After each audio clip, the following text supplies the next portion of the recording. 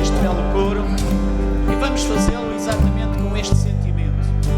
Queremos estar perto do Senhor, queremos senti-lo bem perto de nós, queremos ouvir aquilo que Ele tem para nos dizer nesta manhã, queremos ver a Sua palavra e perceber que ela está para nos alimentar.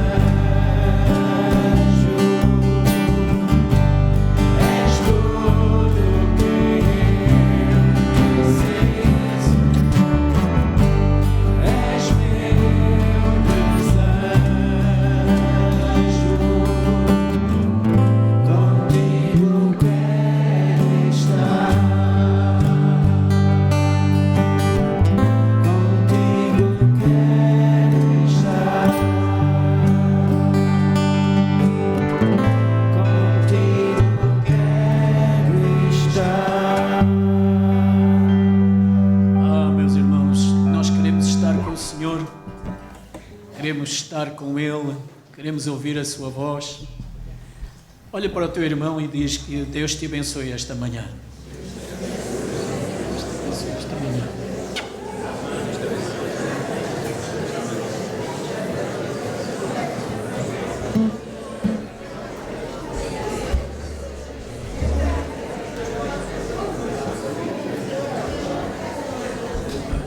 Deus te abençoe esta manhã, meu irmão. Que de facto Deus fala ao teu coração. Vamos à presença do Senhor e vamos pedir que de facto Ele a todos nos abençoe esta manhã e Ele se faça sentir no nosso meio e nós sintamos que também estamos bem perto do Senhor. Eu vou pedir ao nosso irmão Silas, por favor, de nos dirigir numa palavra de oração. Pai, muito obrigado por esta manhã. Agradecemos porque o Senhor é bom, continua a nos guiar a cada semana, a cada dia, a cada mês que passa, Pai. Muito obrigado porque o Senhor tem nos sustentado, tem nos dado força e tem nos dado fôlego para louvar a Ti. Em Ti nós encontramos paz, em Ti encontramos misericórdia, e em Ti nós nos encontramos, Pai. Em nome de Jesus. Amém. Vamos ler a palavra do Senhor que encontramos na carta que Paulo escreveu aos Romanos, capítulo 12, versos 9 até 12. Vamos ler todos em uníssono. O amor seja não fingido. Aborrecei o mal e apegai-vos ao bem. Amai-vos cordialmente uns aos outros com amor fraternal, preferindo-vos em honra uns aos outros. Não sejais vagarosos no cuidado, sede fervorosos no espírito, sede Servindo ao Senhor. Alegrai-vos na esperança, sede pacientes na tribulação, perseverai na oração. Perseveremos na oração. E, meus irmãos, eu queria chamar uma vez mais a atenção da igreja para aquilo que se vai passar no dia de amanhã, 12 horas de oração. Os irmãos têm no vosso boletim lista com os nomes dos irmãos que já garantiram algumas das horas, mas ainda temos aqui algumas horas que não estão marcadas. Eu vou-vos pedir que quem desejar preencher alguma das horas que aqui está, que ainda não está ocupada, por favor, no final me dê o seu nome e me diga qual é a hora que quer estar aqui a orar. Nós precisamos de orar. A igreja precisa de orar. Orar, muitos dizem, nós também o defendemos, é a respiração da alma. A alma respira quando nós falamos com Deus e ouvimos a voz de Deus em nós. Então, que nós sejamos uma igreja de oração. Uma igreja que adora ao Senhor. Uma igreja que quer ouvir a sua voz. Vamos continuar a louvar ao nosso Deus com este belo canto.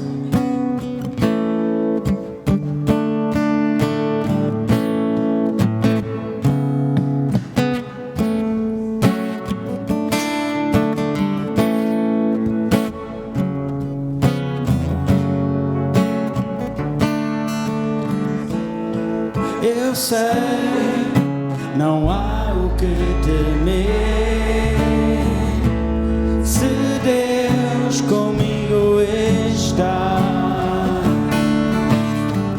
Entreguei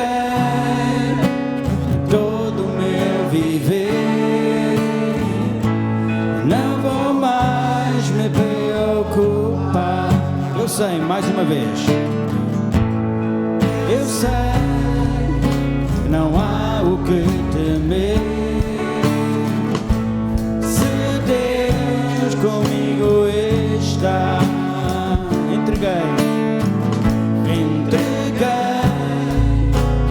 todo o meu viver, não vou mais me preocupar. Não, não. Ele cuida, Ele guarda, Ele é o meu pastor. Ele cuida, Ele guarda, Ele é o meu pastor. Eu sei, mais uma vez. Eu sei, não há o que temer, se Deus comigo está. Entreguei todo o meu viver, não vou mais me preocupar. Não, não. Ele cuida, Ele guarda, Ele é o meu pastor. Ele cuida, Ele guarda, Ele é o meu pastor.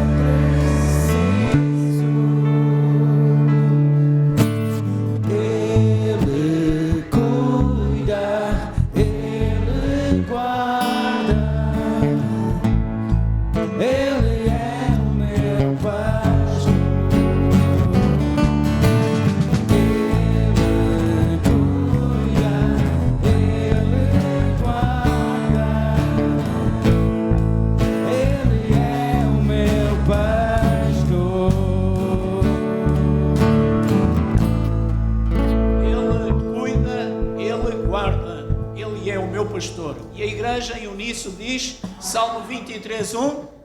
Senhor, Vê-se mesmo que os irmãos vêm à escola dominical.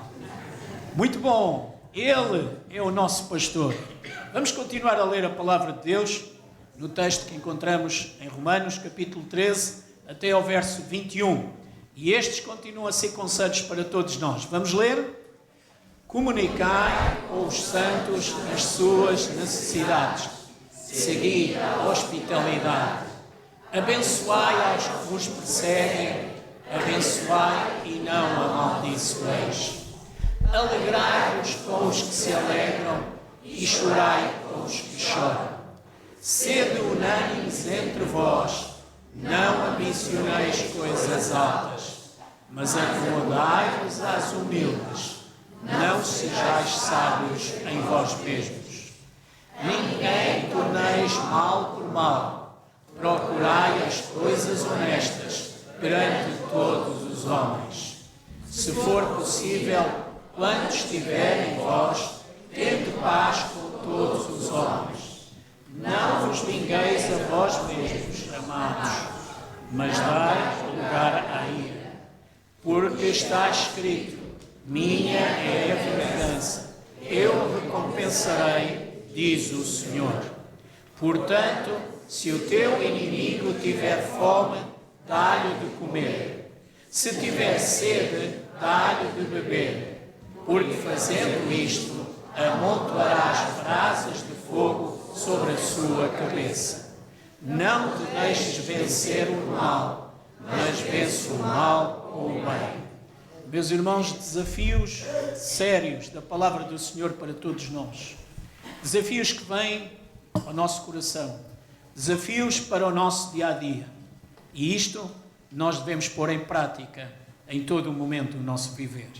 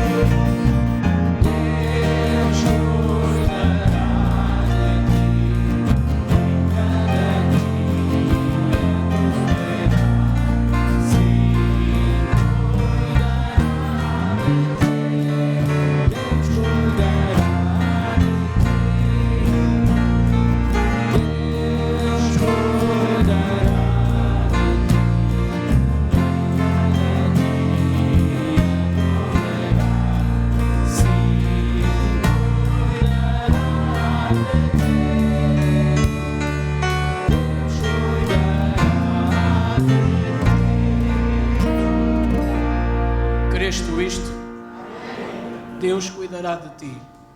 Às vezes as provações vêm, às vezes o coração fica apertado, mas ainda aí, mesmo assim, Deus quer cuidar de ti.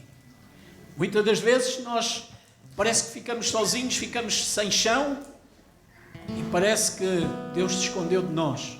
O salmista dizia isso muitas vezes: ó Senhor, porque escondes tu de mim o teu rosto? Nós temos que nos lembrar, o Senhor sempre está lá, Ele cuida de nós. Amém? Os irmãos podem sentar. As nossas crianças vão ter participação esta manhã. Crianças, vamos lá.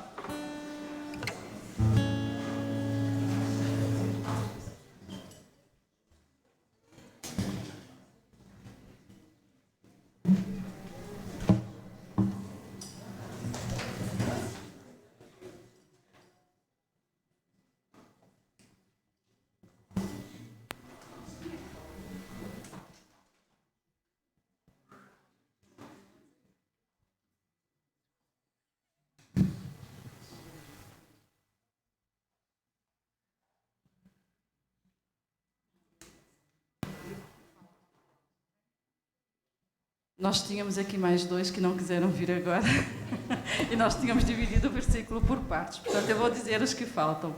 Crê.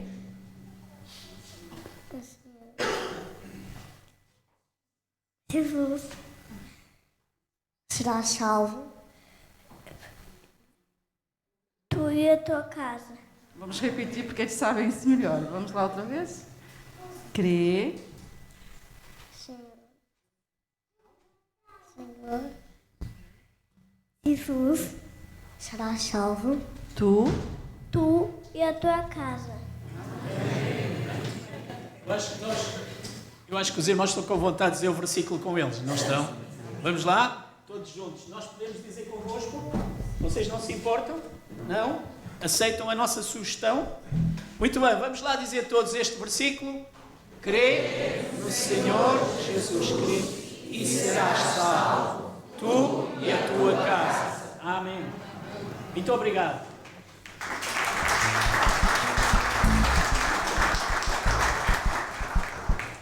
Vou pedir aos nossos irmãos diáconos o favor de virem à frente para podermos entregar ao Senhor os nossos dízimos e as nossas ofertas.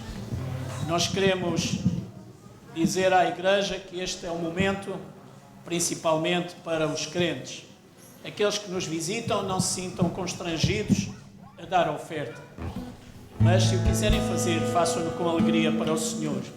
Fazemos para que haja sustento na casa do Senhor, para que o Evangelho possa continuar a ser proclamado, para que o nome do Senhor continue a ser engrandecido em Alcobaça. Façamos-no com alegria. Venho, Senhor, minha vida oferecer como oferta de amor e sacrifício. Quero minha vida a ti entregar.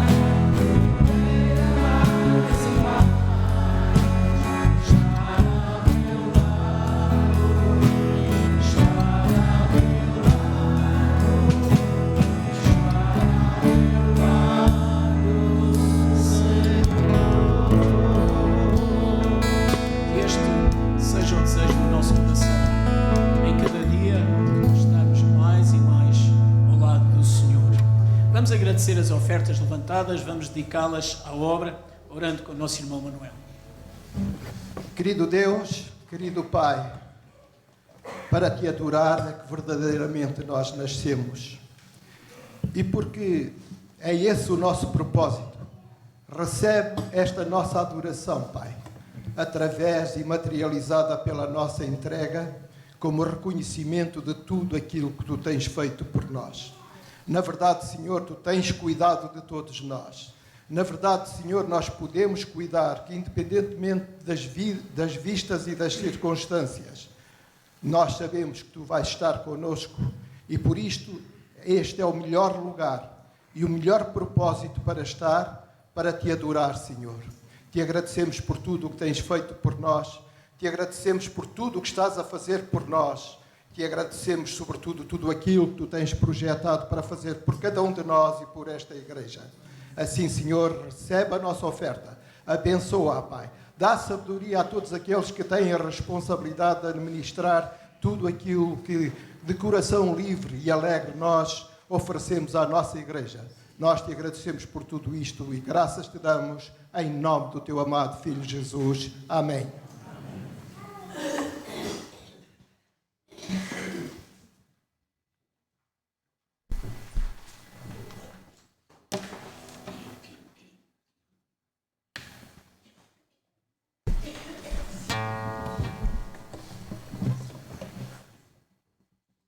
Pedir aos meus irmãos que abram as vossas Bíblias na segunda carta que Paulo escreveu a Timóteo, para começarmos a analisar os primeiros versos do capítulo 3.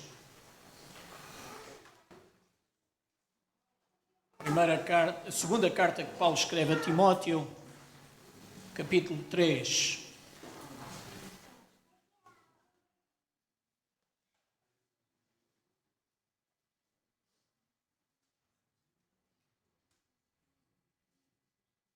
Como os irmãos sabem, nós temos vindo a estudar estas cartas e temos feito sempre referência que Paulo está a ensinar o seu discípulo Timóteo a estar devidamente preparado e a perceber qual é a sua função pastoral. O que é que ele precisa de perceber para conduzir uma igreja, para poder liderar o povo de Deus. E é importante nós percebermos que a preocupação de Paulo é que Timóteo saiba e compreenda que é uma enorme responsabilidade dirigir uma igreja. Os irmãos têm consciência de que quando nós abrimos a palavra, quando nós temos a Bíblia aberta perante nós, quando nós a explicamos, nós estamos a falar em nome de quem? Em nome de Deus. Eu não sei se algum dia os irmãos tiveram incumbência de falar em nome de alguém, mas é fácil perceber. Quando alguém vai representar uma nação, os chamados embaixadores, eles falam em nome de quem? Da nação. Quando é preciso representar uma instituição, nós falamos em nome dessa instituição. Qual deve ser o sentimento que nós devemos ter quando falamos em nome de Deus? É uma coisa que me tem feito pensar muitas vezes. Haverá responsabilidade maior? Haverá responsabilidade maior? Será que nós somos dignos de falar em nome de Deus? Quem é Deus para nós? O que é que Ele representa? Ontem, no concílio de organização da Igreja da Batalha, a determinada altura, o pastor que tinha a responsabilidade de questionar a Igreja sobre os seus aspectos doutrinários, a determinada altura ele faz esta pergunta: quem é Deus? Eu tinha um colega ao meu lado e eu disse: bem, vamos passar aqui muitas horas para ouvir a resposta que a Igreja vai dar, não é? Como é que alguém define Deus? Como é que os irmãos definem Deus? Sou todo ouvidos. Pai, Criador, amigo, Salvador. O eu sou. Soberano. Rei. Protetor. Meu querido, repito outra vez. Espírito pessoal infinitamente bom. Mais? Mais? Punidor. Amor. Justiça. Verdade. Vida. Majestade. Omnipotente, omnisciente e omnipresente. Okay. El Shaddai. Até se fala em línguas e tudo. Mais? Amor. Mais? Compaixão. Resgatador. Libertador. Único. Fiel. Guia. Verdadeiro. Santo, santo, santo. Mais? Príncipe da paz. Mais? Bom, os irmãos podem continuar, mas nós dissemos 0,000001 daquilo que Deus é.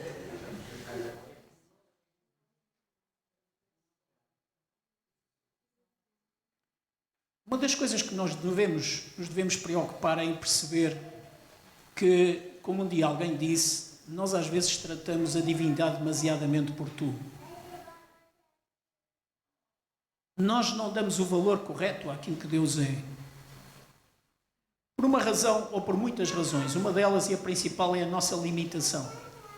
Nós somos limitados. Como é que nós, sendo seres limitados, conseguimos definir um ser que é ilimitado?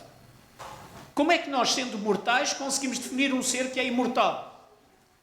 Como é que nós, tendo o espaço e o tempo como a nossa regra, conseguimos definir alguém que não tem espaço nem tempo? É impossível. Nós não conseguimos definir Deus. Quanto mais falar em nome dele.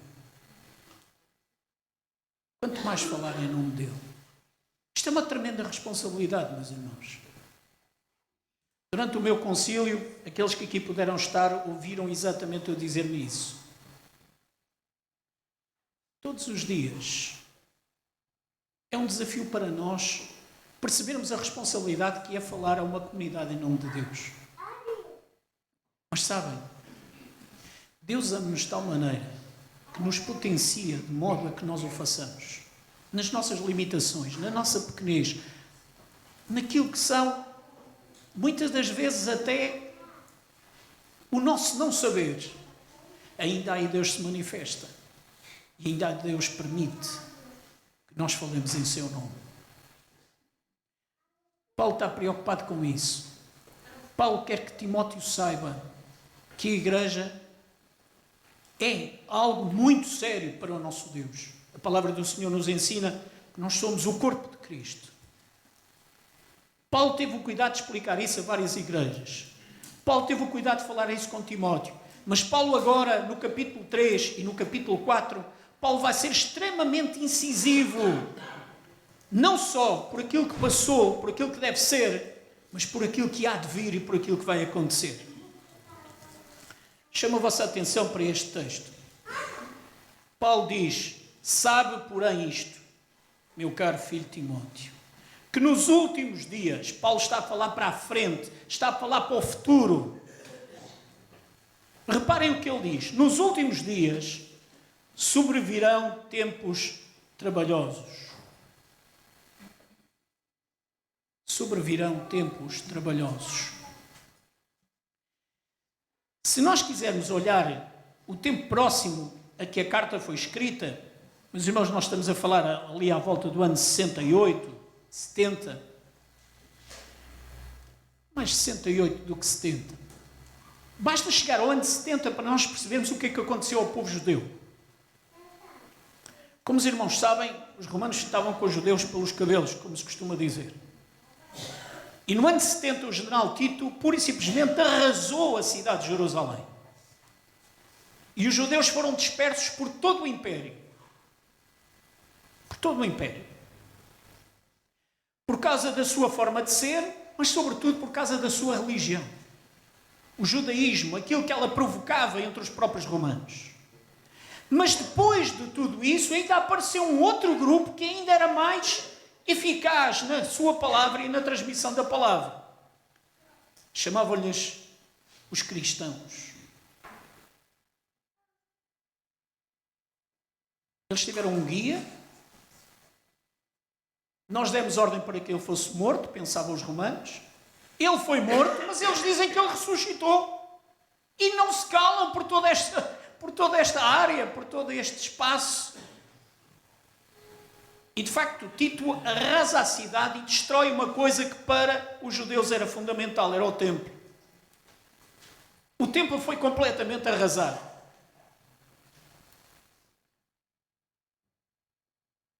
Paulo sabia que viriam tempos difíceis. Mas Paulo não vê só no curto prazo. Ele vê mais à frente e ele tem necessidade de chamar a atenção de Timóteo para isso e daquilo que iria acontecer. Por isso ele diz, vêm tempos trabalhosos, vêm tempos difíceis. E Paulo vai caracterizar exatamente a espécie humana, reparem bem, porque haverá, diz ele no verso 2, homens amantes de si. Quem são os homens amantes de si? Como? Os egoístas. Os narcisistas. Não é? Os homens que só pensam em si próprios. Aquele que quer só o seu prazer, o seu bem-estar. Desculpa a expressão. E os outros que vão à vidinha deles. Desde que eu esteja bem, está tudo bem. Haverá tempos, haverá homens amantes de si mesmos, avarentos. O que é a avareza? É o chamado tudo para mim, não é? Tudo para mim. Avarentos, presunçosos. Os irmãos conhecem alguém presunçoso? Não conhece? Ainda bem. Há um irmão a dizer que não conhece. Presunçosos. O que é uma pessoa presunçosa? Vaidosa. Olhem como eu sou belo, não é? Não sou eu, é ele. Presunçosos. Eu é que sei. Soberbos. Os outros são todos um grupo de ingênuos. Não sabem nada. Eu é que sei. Blasfemos. O que é blasfemar? O que é blasfemar? É dizer mal sem razão. Blasfemos. Desobedientes a pais e mães. Jovenzinhos. Isto é para vocês. Oi, pessoal aí de cima. Isso. Desobedientes a pais e mães. Eu sei que vocês são todos obedientes a pais e mães, não são? O Miguel está a dizer que sim. O Breno, meu irmão, o Breno está a fazer assim. O Júnior está a dizer que não. Vocês vejam lá se entendem. E depois, claro, está ali um palhaço a fazer assim. Chama-se Marquitos, não é? Isto é o Vinícius a pensar, quem é que havia de ser? Desobedientes a pais e mães, ingratos. Tanta gente ingrata, não há? Profanos, sem afeto natural, irreconciliáveis. Isto parece quase uma lista daquelas que temos quando vamos ao médico, não é? Doenças com fartura. Caluniadores, incontinentes, cruéis, sem amor para com os bons, traidores, obstinados, orgulhosos, mais amigos dos deleites do que amigos de Deus. Meus irmãos, isto dava-nos aqui tempo para muitas horas e para muita consideração. Mas ajudem-me lá. Paulo está a falar para quem? Paulo está a falar para quem? Para Timóteo. Paulo está a falar sobre quem? Sobre quem? Sobre as pessoas que viriam. Quer dizer que naquele tempo eram todos bons. Mas, irmãos, nós olhamos para esta lista e nós ficamos assim, mas Paulo escreveu para aí a semana passada, não? Paulo terá escrito isto a semana passada, se calhar. É extraordinário nós olharmos o texto e percebermos que ele caracteriza a sociedade atual.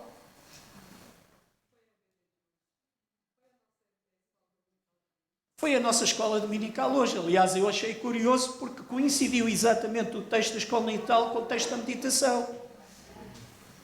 E já agora, a conclusão é que chegámos na escola dominical hoje.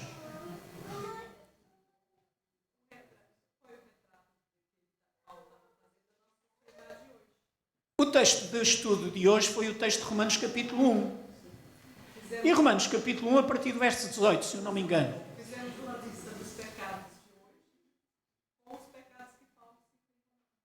Fizeram uma lista dos pecados de hoje com os pecados que Paulo citava. Os pecados que Paulo citava em Romanos capítulo 1, quais foram? A lista dele foi maior porque nós esquecemos. A lista dele foi maior porque esquecemos de muitos, diz a nossa irmã professora. Mas que lista é que vocês fizeram? O texto, aquele texto que vocês estudaram esta manhã aqui na escola dominical dos adultos, visava exatamente o quê? Era porque a sociedade está. Exatamente, porque é que a sociedade está como está. Mas em termos quê? Em termos de pecado. Mais concreto. Éticos e comportamentais. Se quiserem, morais. E Paulo aponta exatamente o texto que tira qualquer veleidade de alguém dizer que o homossexualismo é aceito por Deus. É ou não é? É o que está lá escrito no texto. Tira qualquer veleidade. Eu admiro como é que há igrejas que se dizem igrejas gays cristãs. Eu pergunto, desculpem, mas cristãs aonde? Não são bíblicas, de certeza. Porque, biblicamente, aqueles que são homossexuais, eles estão condenados por aquilo que o próprio texto diz. Lembrando-nos logo, nós, meus irmãos, que não é o único pecado que existe. E Paulo tem o cuidado de agora fazer a lista até mais exaustiva. Mas no comportamento que estava ali, naquilo que nós estávamos a ver, naquilo que nós analisamos, pelo texto de Romanos, nós percebemos claramente a forma como Paulo condena aquilo que se vivia onde? Na cidade de quê? Na cidade de Roma.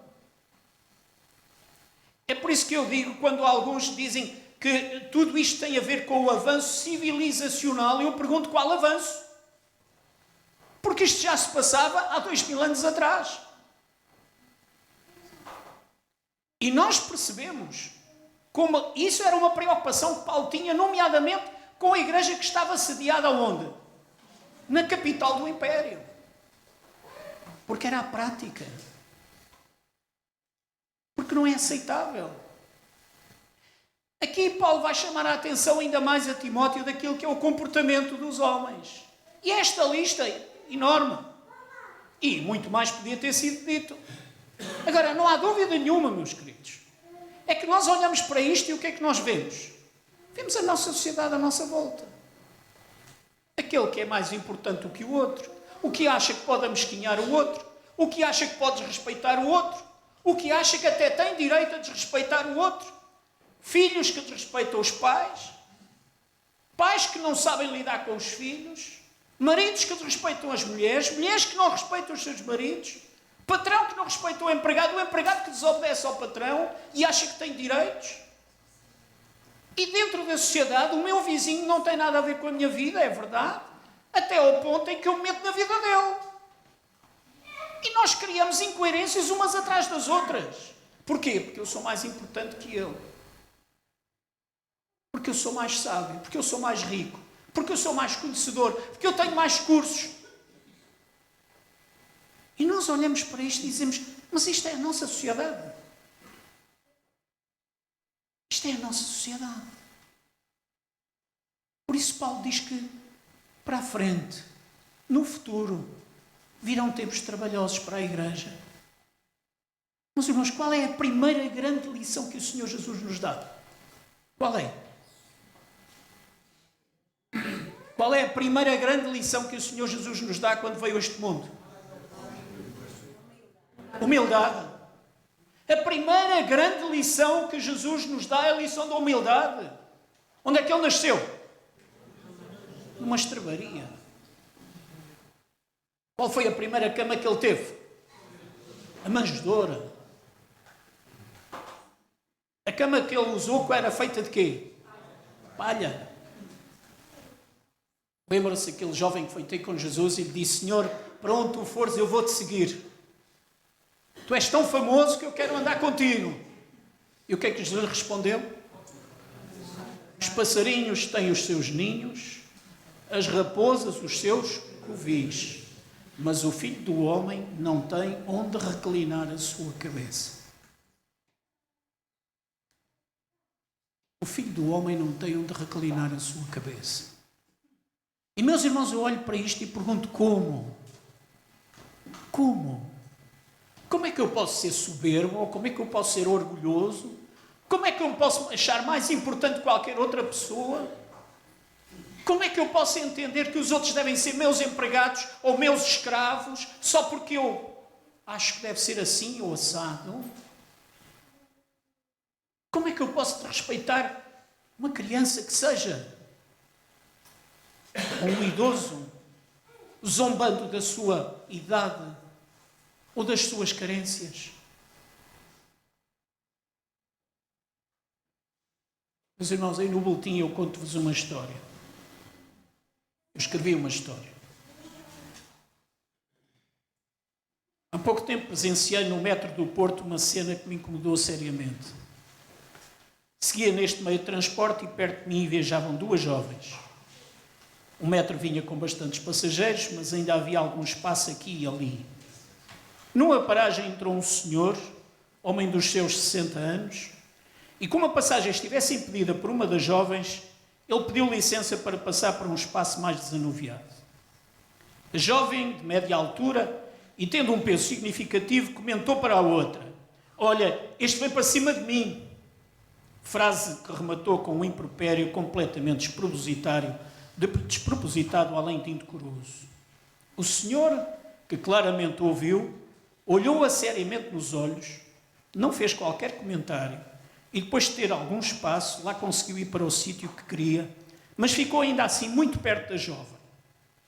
Como ela transportava uma mochila às costas, coisa que o senhor também trazia, e sentisse que ele a tocava, algumas vezes mexeu-se de forma a incomodar propositadamente o senhor, que se manteve calmo e sem fazer qualquer comentário.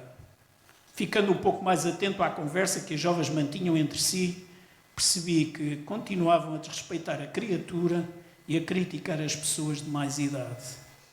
A viagem terminou para mim pouco depois e ainda bem, para o incómodo já chegava e bastava. Isto é o comportamento que as pessoas têm. Não se respeita ninguém. Aquele homem teve a sabedoria de não responder. Mas sabe o que aquela jovenzinha precisava? Era que a pegassem nela e a pusessem na rua. E ela que fosse a pé.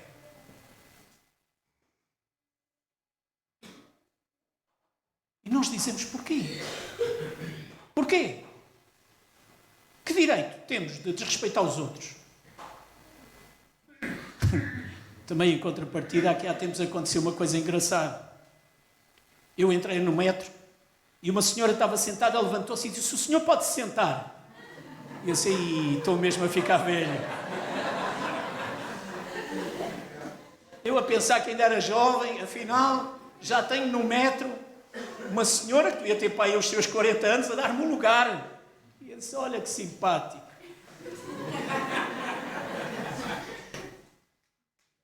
Meus irmãos têm que começar a pensar em arranjar um pastor jovem, está bem? Mas, meus irmãos, como é que é possível deve ser o nosso comportamento? Como é que nós nos caracterizamos? Qual é a nossa postura? A pergunta sempre que acontece nos concílios é sempre esta. A Bíblia para nós o que é? E toda a Igreja responde. A Bíblia é a nossa regra de... Não ouço. Alguns irmãos não sabem, já percebi. Vamos lá. A Bíblia é a nossa única e toda suficiente regra de fé e prática. Não basta conhecer, é preciso praticar. E ontem lá fizeram uma pergunta à igreja. E os irmãos estavam mais afinadinhos do que nós, digo-vos já. A Bíblia é a nossa única e toda suficiente regra de fé e prática. Por isso, além da Bíblia, o que é que nós temos mais? Nada. Não precisamos de mais nada. Não precisamos de mais livros. Não precisamos de mais explicações. Ou seja, podemos ter outros livros e obras que nos ajudem a compreender melhor a Bíblia. Mas ela tem tudo quanto nós precisamos. E ela não é só de fé. Ela não nos diz só qual deve ser a nossa relação com Deus. Ela não diz só qual é a relação que Deus quer ter connosco. Ela também diz como nós nos devemos comportar. Como nos devemos relacionar. E a pergunta que nós precisamos de fazer a todos nós é: e eu pratico? E eu pratico? Paulo está preocupado com isto. Paulo sabe que isto vai ser muito trabalhoso. E por isso ele dá exatamente este conjunto de dados a Timóteo.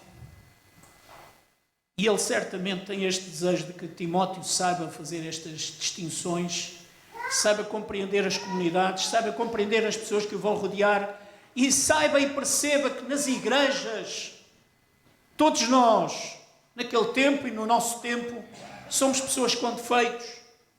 Somos pessoas que cometemos erros. Somos pessoas que temos a nossa própria personalidade, as nossas próprias características. Mas em tudo nós somos desafiados a lutar para que dia a dia sejamos mais como Deus deseja que nós sejamos. E nós precisamos de perceber sempre claramente o seguinte. O nosso amor só está completo quando nós sabemos amar o irmão. O nosso amor a Deus só é completo quando eu sei amar o meu irmão. Sei amar aquele que me rodeia. Sei respeitá-lo. O desafio é este e é grande e é para todos os dias. E nós precisamos de olhar a palavra de Deus com seriedade. Paulo era um homem sério. Timóteo era certamente um jovem sério. Paulo sabe o desafio que este homem vai ter pouco tempo depois na igreja de Éfeso. E Paulo está preocupado porque ele sabe que no futuro as coisas vão de mal a pior. Onde é que isto chega, não é?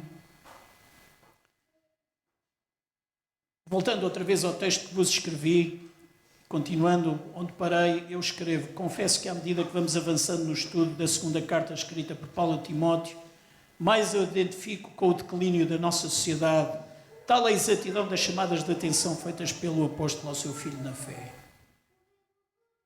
Não há dúvida, irmãos, esta carta podia ter sido escrita ontem. Podia ter sido escrita para a nossa sociedade, para o nosso tempo. Paulo descreve muito aquilo que estamos a ver acontecer socialmente nos nossos dias e a uma velocidade desmesurada. Os homens, as mulheres, os jovens e até as crianças têm por vezes atitudes que são completamente incompreensíveis e inaceitáveis. No mundo dos negócios é ver quem mais engana o outro. No mundo da política escasseiam pessoas merecedoras de confiança. No mundo do desporto vale tudo para atingir os objetivos. Os negócios estão contaminados com ilegalidades e os simpatizantes introduzem-se para traficar drogas e ganhar fortunas. O respeito por professores e autoridades está a ficar num patamar incontrolável. Nos serviços públicos, Se não conseguirmos ajuda de conhecidos e pessoas de bom coração, muito dificilmente conseguimos o que necessitamos e o que nos é devido por direito. É caso para dizermos ao que isto chegou. Ao que isto chegou. E a pergunta que todos nós precisamos de fazer é: porquê é que isto chegou aqui? Porquê é que tudo isto é verdade? E a resposta, meus irmãos, a resposta é simples. Porque o homem cada vez mais se afasta de Deus e cada vez conhece pior o seu próximo. Porque o homem está a ser treinado para viver para si, para o seu prazer, para os seus interesses, e o resto não interessa.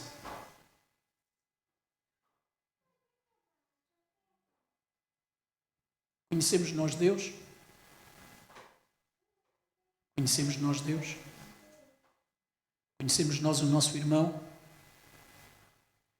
De facto, uma vez foram ter com Jesus e perguntaram os grandes mestres: Senhor, qual é a maior de todas as leis? E Jesus responde de uma forma muito sábia, como sempre. Primeiro, ele invocou exatamente aquilo que no Velho Testamento estava escrito: ouve, ó Israel, o Senhor nosso Deus é o quem? É o único Senhor. Ouve, ó Israel, aquilo que era conhecido pela Shema, o chamamento, a invocação. Ouve, ó Israel. O Senhor chamava o seu povo a saber respeitá-lo, porque Deus queria que o povo o conhecesse. Ouve, ó Israel, o Senhor nosso Deus é o único Senhor. E depois ele disse aquilo que o mestre queria ouvir: amarás ao Senhor teu Deus todo o teu entendimento, todo o teu coração, toda a tua alma, etc, etc. E Jesus vai buscar uma passagem que certamente ele não precisava de ouvir. E ele dizia: amarás ao teu próximo como a ti mesmo. E Jesus ata tudo isto com um lenço, com a fitinha que era preciso fazer, dizendo ele: aqui se resume toda a lei. Meus queridos, como amaremos a Deus a quem não vemos, se não amarmos e respeitarmos o nosso irmão a quem vemos?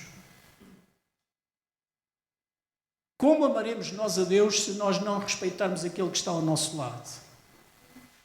Se não respeitarmos o nosso pai, a nossa mãe, a nossa esposa, o nosso filho, o nosso avô, a nossa prima, o nosso amigo, o nosso vizinho, o nosso colega de trabalho, como poderemos nós dizer que amamos a Deus e conhecemos a Deus? Sim, no fim dos tempos, os trabalhos virão.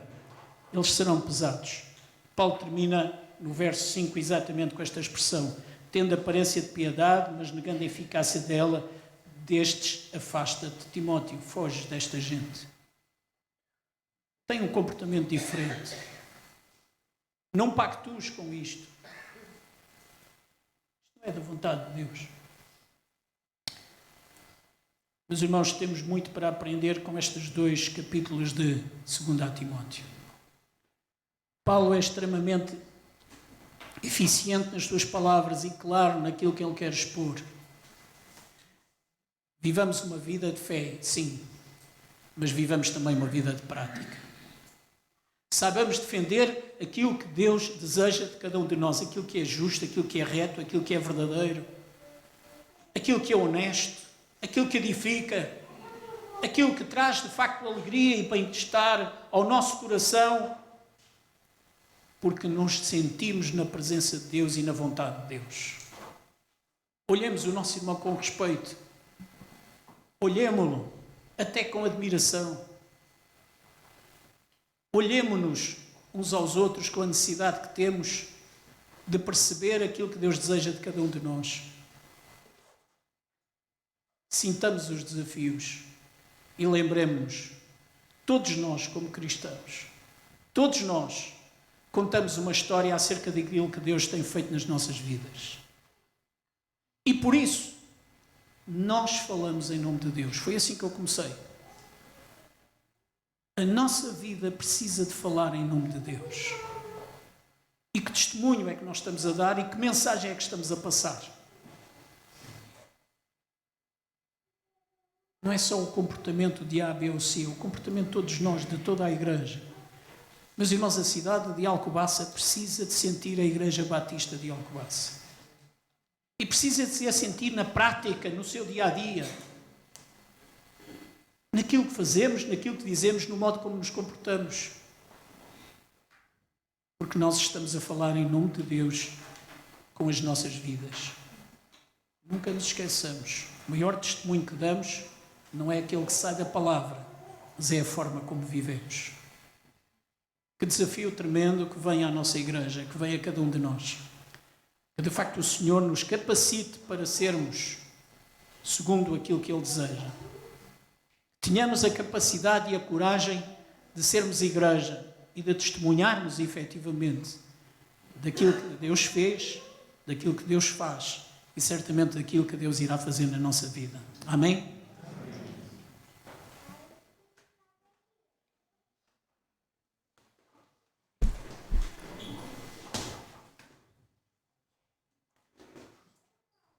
Vamos terminar o nosso culto cantando este belo coro. Sossegarei, sossegarei porque sei que estou nas mãos de Deus. Vamos ficar de pé para todos podermos cantar.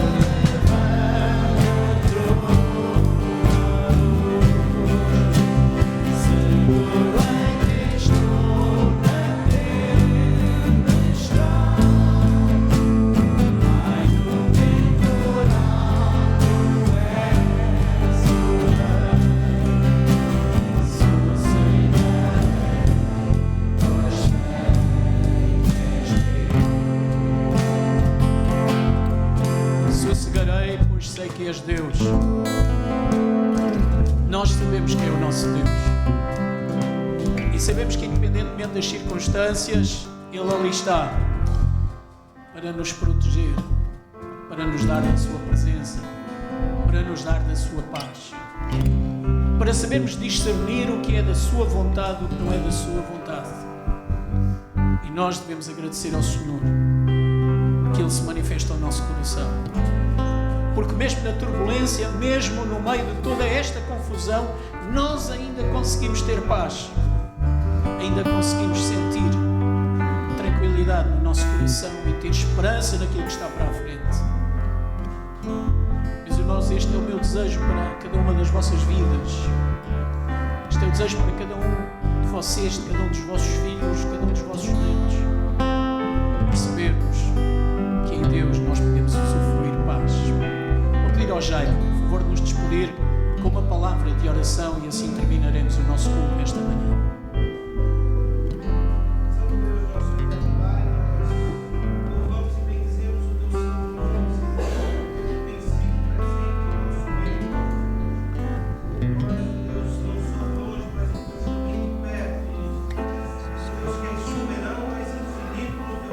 Deus